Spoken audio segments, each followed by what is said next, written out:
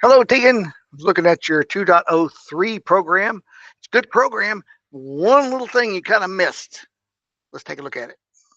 So our template said, ask the customers how much money they would like to spend, then recommend a product that can be purchased within the amount entered, and let them know how much more money to get a free gift, which you have that in there. So I was looking down here. The requirements say include at least one nested if else or elif statement nested, which means there'd be an if statement inside an if statement. You're thinking, why would I need an if statement inside an if statement?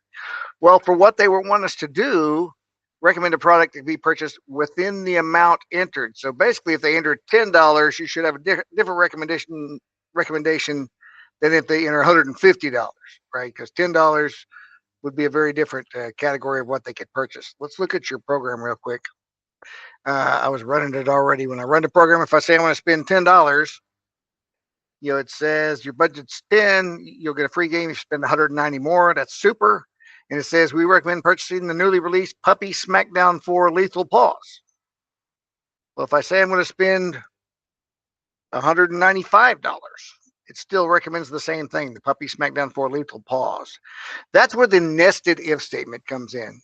It's saying you have an if statement here. It says if it's greater than or equal to 200, then they get the free game. All right, you get that free gift there. But if it's under 200, you'll qualify if you spend as much more. And then we should have another if statement underneath that to kind of break it out. If user budget is less than or equal to $50, right? We'll check that first. So we know it's less than 200. So it's like, we'll have a recommendation for less than $50. Print, you should buy the ... whatever it is, right?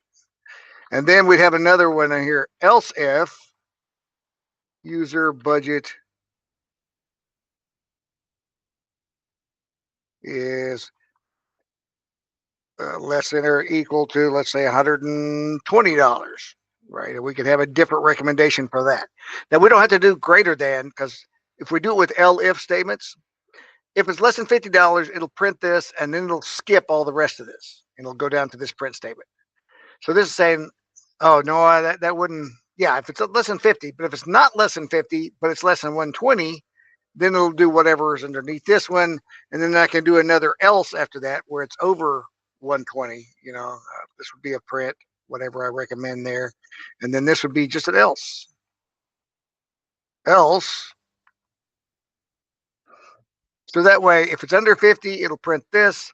If it's not under 50, but it's under 120, it would print this. And if it's not under 120, it would print this. And this would only count if it's less than 200 to start with.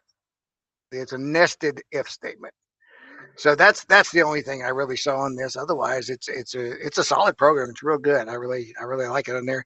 Just that one little tweak I would make in there just to make sure that that's doing what the program's asking us to. So, all right, I'll get this to you.